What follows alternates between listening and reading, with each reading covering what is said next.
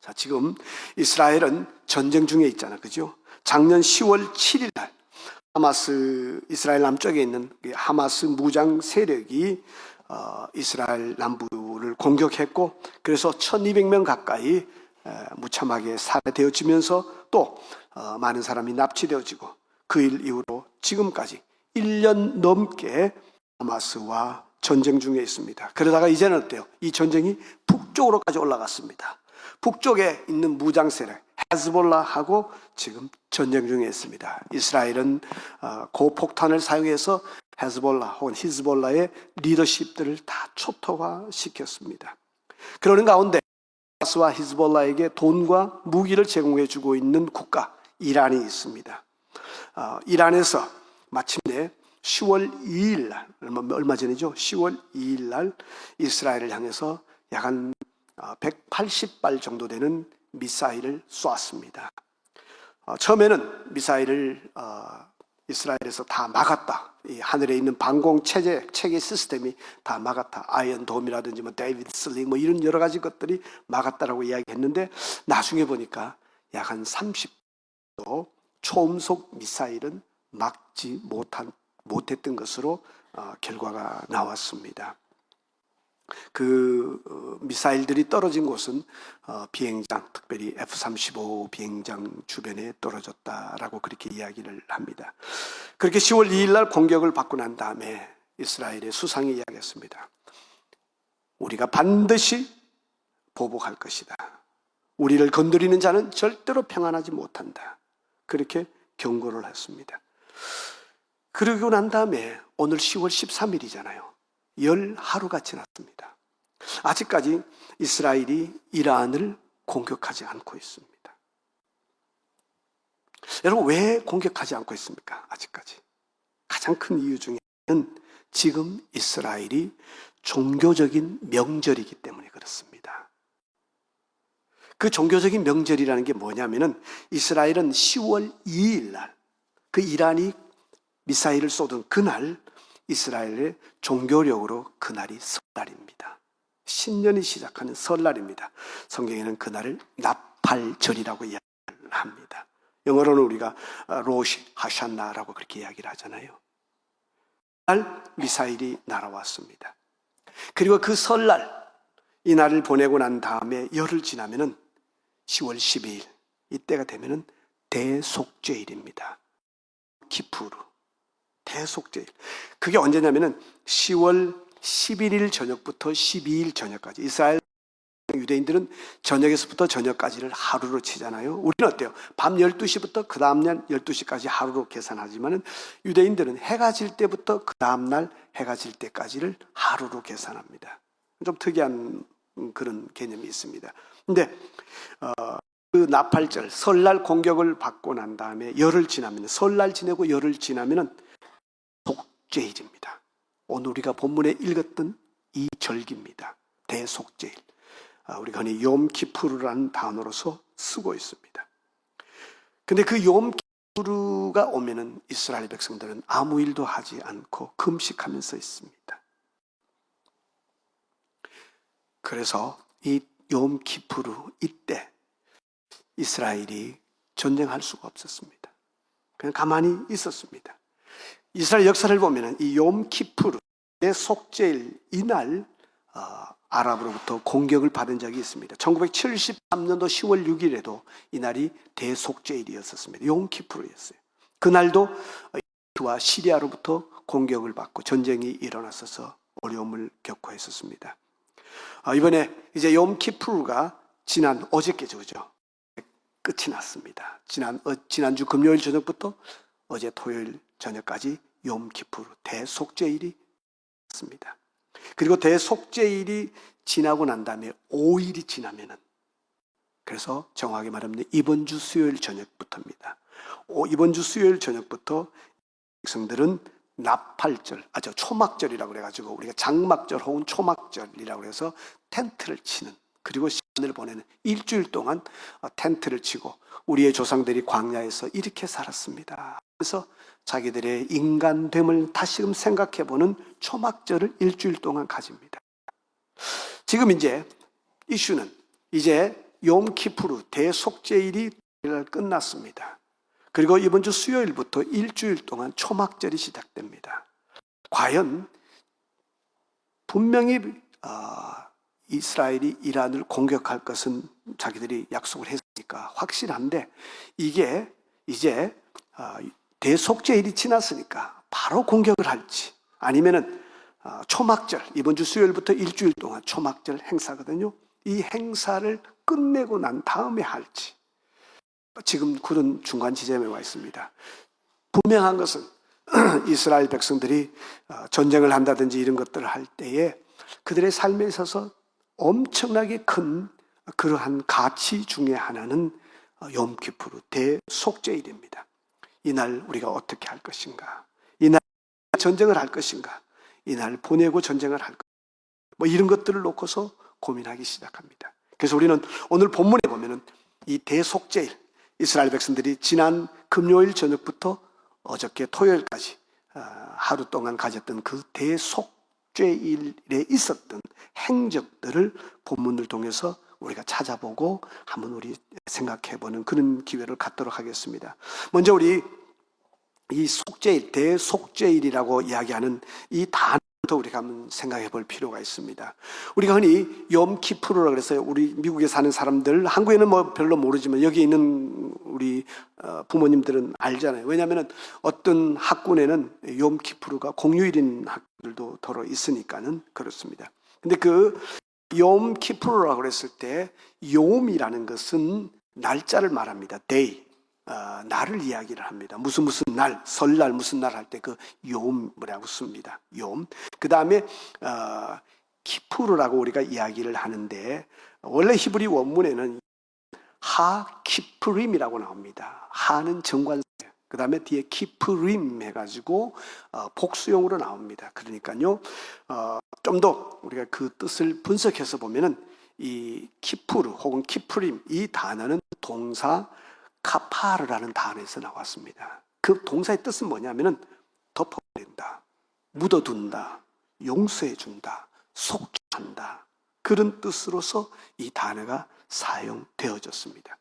그래서 키푸르, 우리가 뭐 쉽게 이야기하는 이날 대속죄일이 되어지면 문자 그대로 해석하면은 덮는 날이다, 용서해 주는 날이다, 덮어서 용서해 주심으로 인하여 양측이 평화를 유지하는, 평화로운 관계로 들어가는 그날이 바로 욤키푸르, 욤키프림이라고 하는데, 하키프림이라고 나와 있는데 욤키푸르, 그날이 되어지는 것입니다. 그래서 대속죄일 그 원어가 가지고 있는, 단어가 가지고 있는 말의 뜻은 덮어서 없는 것으로 하고 서로가 평화로운 관계로 맺어가는 것, 그날이 바로 대속죄일 욤키푸르라는 말의 어원입니다.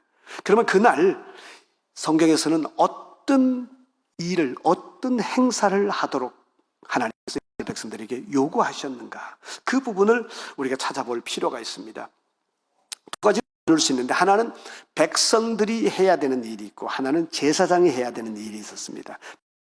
일은 우리가 23장에서 읽었던 부분들인데, 거기 보면은 너희는 성회를 열고 스스로 괴롭게 하며 여호와께 화제를 드리고 이날에는 어떤 일도 하지 마라. 몇 가지가 나왔습니다.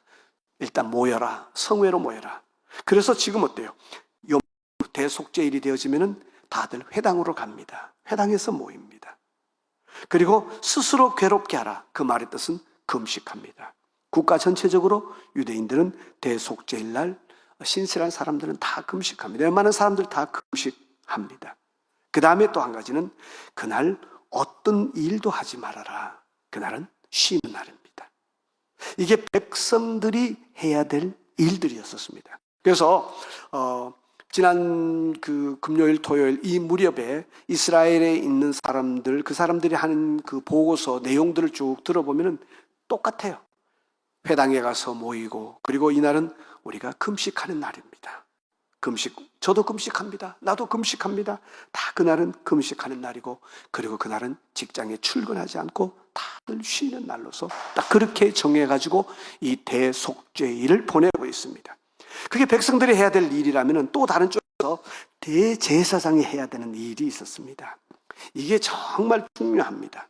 오늘 레위기 우리가 나중에 16장에 보면은 대제사장이 해야 되는 일들이 쫙 나와 있습니다. 대제사장은 그날 크게 무슨 일을 하느냐?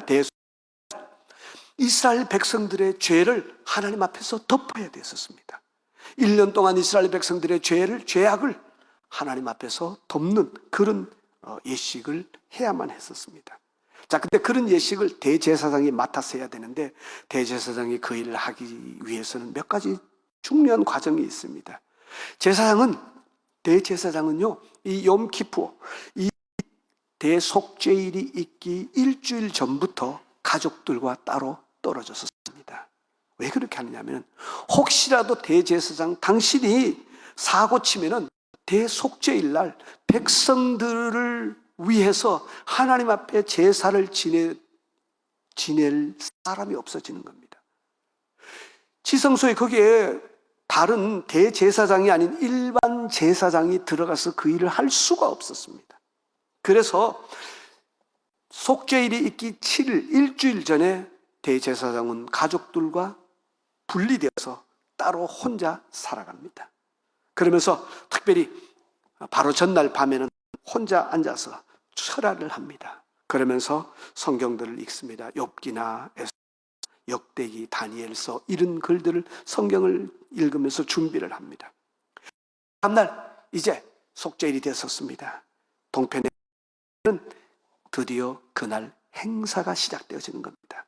우리식으로 말하면 어저께 토요일 날 이제 아침 해가 뜨면은 대제사장이 마침내 행사를 합니다. 해야 될 일을 하는데 제일 먼저 제사하는 일이 뭐냐면은 백성들의 죄를 다루기 이전에 자기 죄를 다루어야 했었습니다.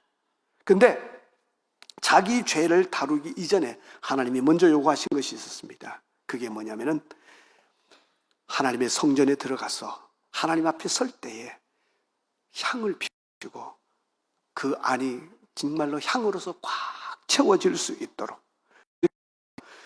그 향이 지성소를 꽉 채울 수 있도록, 어떤 의미에서 보면은 하나님의 영광을 감히 우러러 볼 수 없다라는 그러한 표식을 갖도록 했었습니다. 백성들이 우리식으로 말하는 예배당이라고 그럴까요? 그 성소를 하나님이 사이즈를 주셨는데 그 하나님이 만들으라고 하신 그 양식대로 만든 성전을 보면은 오늘날 우리식으로 이야기하면은 교회 강단과 여러분들의 좌석으로 나누어진 것이나 마찬가지입니다. 땅에 있는 이 부분을 지성소라고 불렀습니다. 이 지성소와 일반 앞에 있는 이 성소 이 사이는 커튼이, 휘장이 쳐져 있었습니다. 엄청 두꺼운 휘장이 가운데를 가로막고 있었습니다. 그리고 이 안쪽은 내실이라고 합니다. 지성소는 대제사장이 1년에 딱 한 번밖에 못 들어갔습니다. 그 아무 날이나 들어가는 것이 아니라 대속죄일 날 그날만 들어갔었습니다. 그날 들어갔을 때도 잘못 대제사장이 함부로 처신했다가는 그 안에서 죽는 일도 일어났습니다. 그래서 대제사장이 들어갈 때는 몸에 줄을 감고 그리고 옷에 방울 같은 게 달려 있어서 소리가 계속 납니다. 그 안에서 의식을 하는 동안에는 계속 소리가 납니다. 그런데 소리도 없고 만약에 그 안에서 어떤 하나님의 진노하심으로써 사망했을 경우에, 성경에 보면 그런 경우가 나옵니다. 그러면 어때요?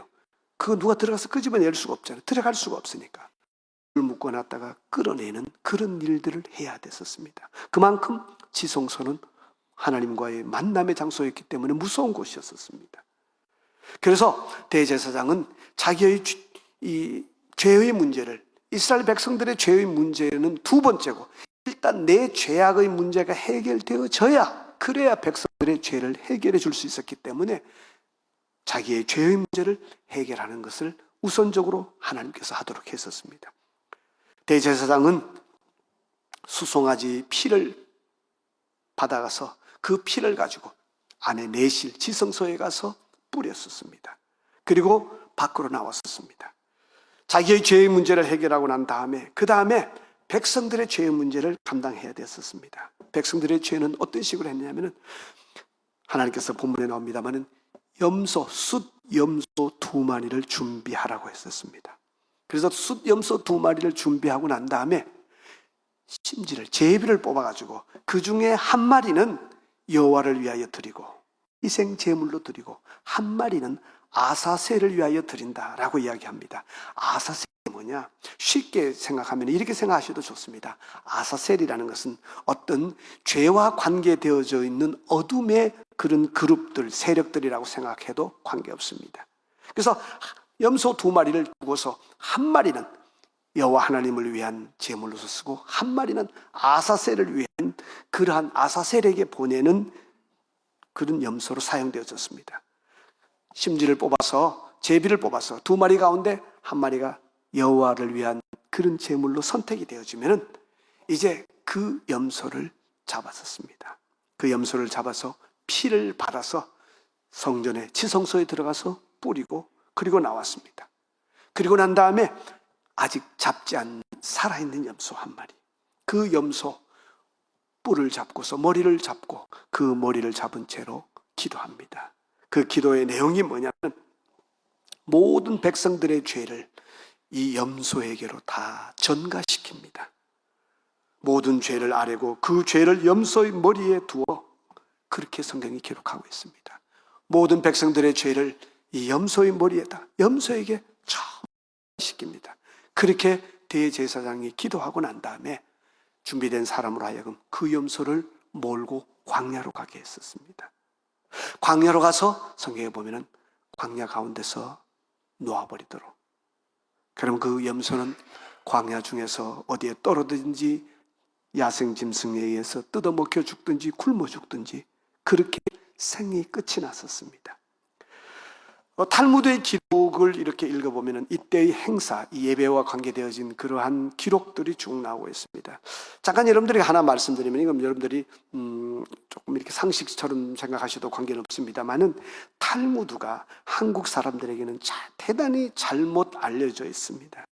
이건 참 우리가 반성해야 될 것들인데 우리는 탈무드를 마치 무슨 이렇게 재미있는 교훈이 많은 동화집처럼 생각하잖아요. 탈무드에 뭐 그런 얘기가 나오잖아요. 뭐 예를 들어서 쌍둥이가 몸은 하나인데 머리가 둘인 아이가 태어났다. 물로 봐야 되느냐 하나로 봐야 되느냐 뭐 이런 것들을 질문합니다. 그래서 거기는 보면은 어떻게 하냐면은 머리에다가 뜨거운 물을 부어보고 아이가 반응이 다르면은 둘이고 똑같이 나오면 하나다. 뭐 그런 얘기들이 들어있습니다. 근데 그런 어떤 교훈적인 얘기는 탈무드 전체 중에서 0.1%도 안 됩니다. 전체 탈무드의 내용은 뭐냐면은 유대인들이 자기들 안에서 전해오고 있었던 그러한 구전율법, 쓰여진 성경이 아니라 전해 내려오는 그러한 율법, 이걸 어떻게 우리가 해석해야 되느냐, 그것을 기록한 것, 그게 탈무드라고 생각하시면 맞습니다. 그래서 그 탈무드 기록 중에서 보면은 이날 속죄일에 드려졌던 기록들이 소개되어지고 있습니다. 이런 과정을 밟는다. 거기에 보면은 대속죄의 날, 욤키푸르, 이날 이 한 마리의 염소는 잡아서 백성들의 죄를 위하여 죽이고 그 피를 받아서 지성소에 가서 뿌렸고, 다른 한 마리 살아있는 염소는 사람이 끌고서 12마일 정도 떨어진 광야에 가서 그 광야의 끝에서 들어 던져서 염소를 죽이도록 그렇게 했다라고 이야기합니다. 그 12마일 동안 걸어가야 되는데 그 걸어가는 동안에 중간중간에 우리식으로 말하면 그늘집 같은 중간에 쉴 수 있는 곳이 한 10곳 정도 있었습니다. 그리고 10곳을 지나고 마침내 목적에 도달하게 되면은 염소 그 뿔에다가 붉은 천이 있었는데 그 붉은 천을 풀어서 반은 바위에다가 묶고 반은 염소의 뿔에다가 묶어서 그래서 그 염소를 떨어뜨립니다. 그 염소가 떨어져서 여행이 끝나면서 그 바위에 묶어놨던 붉은 천, 주홍색 그 천이 흰색으로 바뀌어지면은 하나님께서 우리의 죄를 용서하셨다라는 그러한 증거 삼았다라고 이야기를 합니다. 염소가 언덕에서 떨어져서 죽게 되어지면은 신호를 빨리 보냈었습니다. 염소가 떨어져서 죽었습니다. 여기서부터 어느 지점까지 보면 또 이쪽에서 보이는 쪽에서 사람이 다음 사람에게 한국식으로 말하면 봉화를 올리는 것처럼 그렇게 금방 염소가 이제 떨어져서 생을 마감했습니다. 오늘날 같으면 아마 전화를 했겠죠. 없으니까 그런 식으로 해서 표현했었습니다. 그러면은 붉은 그 천이 성전 입구에도 달려져 있었는데 그 성전 입구에 메어져 있던 그 주홍색 천도 흰색으로 바뀌었다라고 기록을 하고 있습니다. 그래서 이사야 1장 18절에 나오는 것처럼 너희 죄가 주홍 같을지라도 눈과 같이 휘어질 것이고 진홍같이 붉을지라도 양털같이 되리라. 그러한 말씀이 문자 그대로 이루어지는 그런 일들을 경험하라고 이야기합니다. 그게 이스라엘 백성들이 가지고 있었던 대속죄일의 모습입니다. 근데 이 대속죄일을 이제 잘 여러분들이 생각해 보시기 바랍니다. 제가 두 쪽을 이야기했죠. 하나는 백성들이 해야 될 일. 백성들이 해야 되는 일은 회당에 모여서 함께 성회, 집회를 하는 것이고 또 의식을 하는 것이고 그리고 아무 일도 하지 않고 쉬는 것이었습니다. 안식하는 것이었습니다. 반면에 백성들이 하는 일은 지금도 오늘날도 한다니까요. 지금도 하기 때문에 전쟁을 복수하는 것을 뒤로 미루면서까지 대속죄일 욤키프르를 지난 금요일부터 토요일까지 지켰었습니다. 그런데 지금 하지 못하는 게 있어요. 그게 뭡니까? 제사장이 하는 일들. 염소 2마리를 준비해서 1마리를 죽여서 그 1마리의 피를 백성들의 죄 용서함을 위하여 지성소에 뿌리고 다른 1마리 살아있는 염소 위에다가 백성들의 죄를 기도하고 그리고 그를 끌고 가서 죽이는 혹은 염소를 광야에서 놓아버리는 그래서 그 생을 마치게 하는 이 작업이 지금 이루어지지 못하고 있는 것입니다. 대제사장이 해야 될 일들은 하나도 현재 진행되지를 못하는 겁니다. 왜? 성전이 없기 때문에. 예루살렘 성전은 AD 70년에 무너졌습니다. 더 이상 성전이 없습니다. 그리고 대제사장도 없습니다. 그러니 오늘날 유대인들이 지키고 있는 대속죄일은 엄격하게 말하면 정말 중요한 그 핵심 중의 핵심인 보배인 죄의식, 죄사함을 가져오는 백성들의 죄사함을 가져오는 염소를 잡아서 피를 뿌리고 또 1마리의 염소를 광야에 가서 죽임을 당하는 그러한 일들을 갖지 못하고 있는 것입니다. 그냥 백성들 편에 모여서 금식하고 아무 일도 하지 않는 안식하는 그것밖에 하지 못하고 있습니다. 그럼 백성들의 죄는 어떻게 해결해야 됩니까? 백성들이 하나님으로부터 1년 동안 살아오면서 범죄했던 이런 것들은 어떤 방식으로 죄 용서를 얻어야 됩니까? 현대 유대교가 가지고 있는 근본적인 문제입니다. 제가 이 말씀을 준비하면서 현대 유대교가 가지고 있는 구원론 이런 부분들을 쭉 읽어보면 아주 간단합니다. 그들은 우리가 어떻게 해서 구원을 받을 수 있다고 생각하느냐? 하나님 앞에서 깨끗하게 정직하게 신실하게 잘 삶으로 구원받을 수 있다라고 그렇게 가르칩니다. 그러나 성경을 통해서 보면 어때요? 그보다 더 근본적인 문제를 이야기하고 있습니다. 우리에게 있는 이 죄의 문제, 이 죄의 문제는 대속죄일 날 희생 제물을 하나님 앞에 드림으로써 그 죄의 용서함을 얻게 된다는 이 진리를 성경이 우리에게 가르쳐주고 있습니다. 그런데 놀랍게도 저와 여러분은 어떻습니까? 유대인들이 오늘날 지키고 있는 대속죄일을 바라보면서 오늘 우리 자신을 바라보면 우리는 우리의 죄를 위하여 영원토록 희생 제물이 되어 돌아가신 예수 그리스도를 우리 가슴에 모시고 있습니다. 우리에게는 영원한 희생 제사의 제물이 되신 예수 그리스도가 있습니다. 우리는 하나님 앞에 나왔을 때에 우리의 죄사함을 주실 우리의 죄를 짊어지고 그 염소처럼 죽임을 당하신 그래서 우리와 하나님 사이를 화평하게 만들어주신 살아계시는 예수 그리스도께서 우리와 하나님 사이에 계십니다.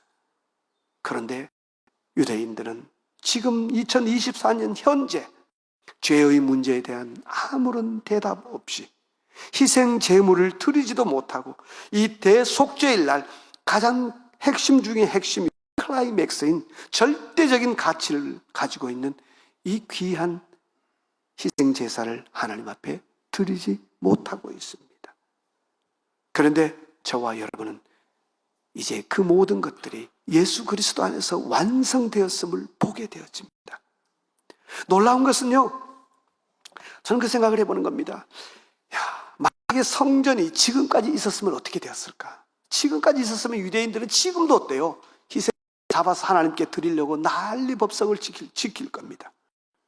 그런데 지금 성전이 없으니까 제사를 드리고 싶어도 제사 드릴 수가 없습니다.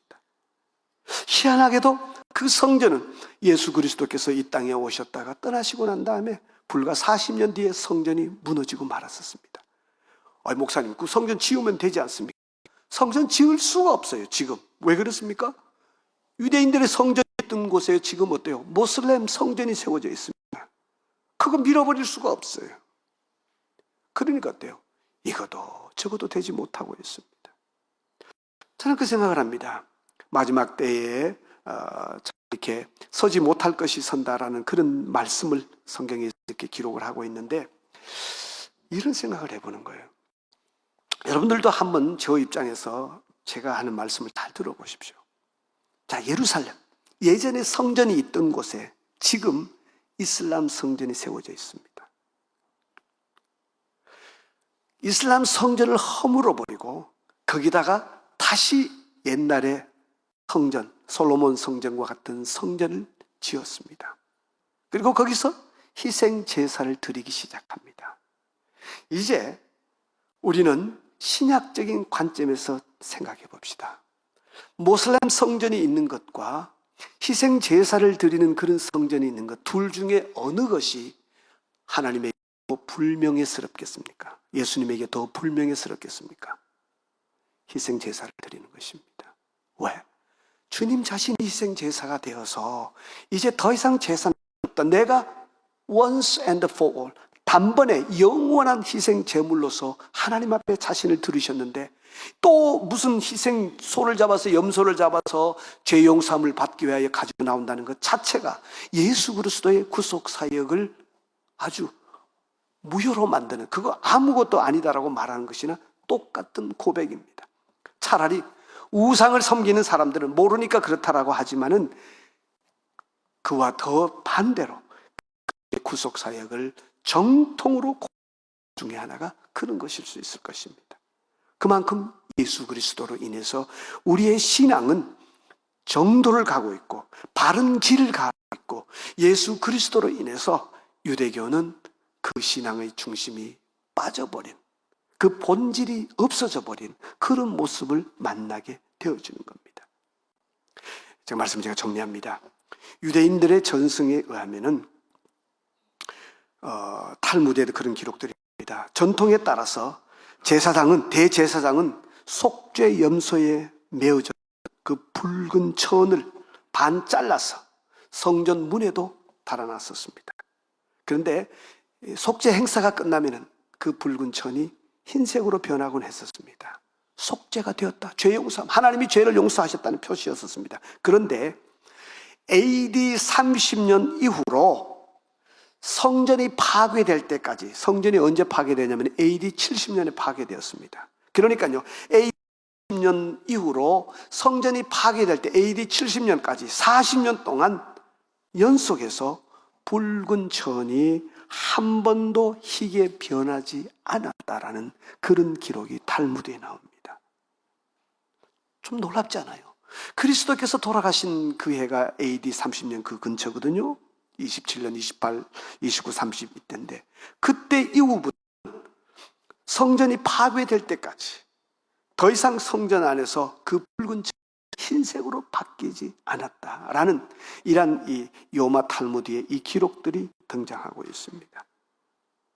다른 말로 하면 예수님 자신이 친히 속죄 염소가 되어서 우리 죄를 완전하게 사하여 주셨기 때문에, 그분이 유월절 어린 양이 되어서 자신을 바쳐서 우리의 죄를 해결해 주셨기 때문에 더 이상 짐승들 그 가져올 필요 없다.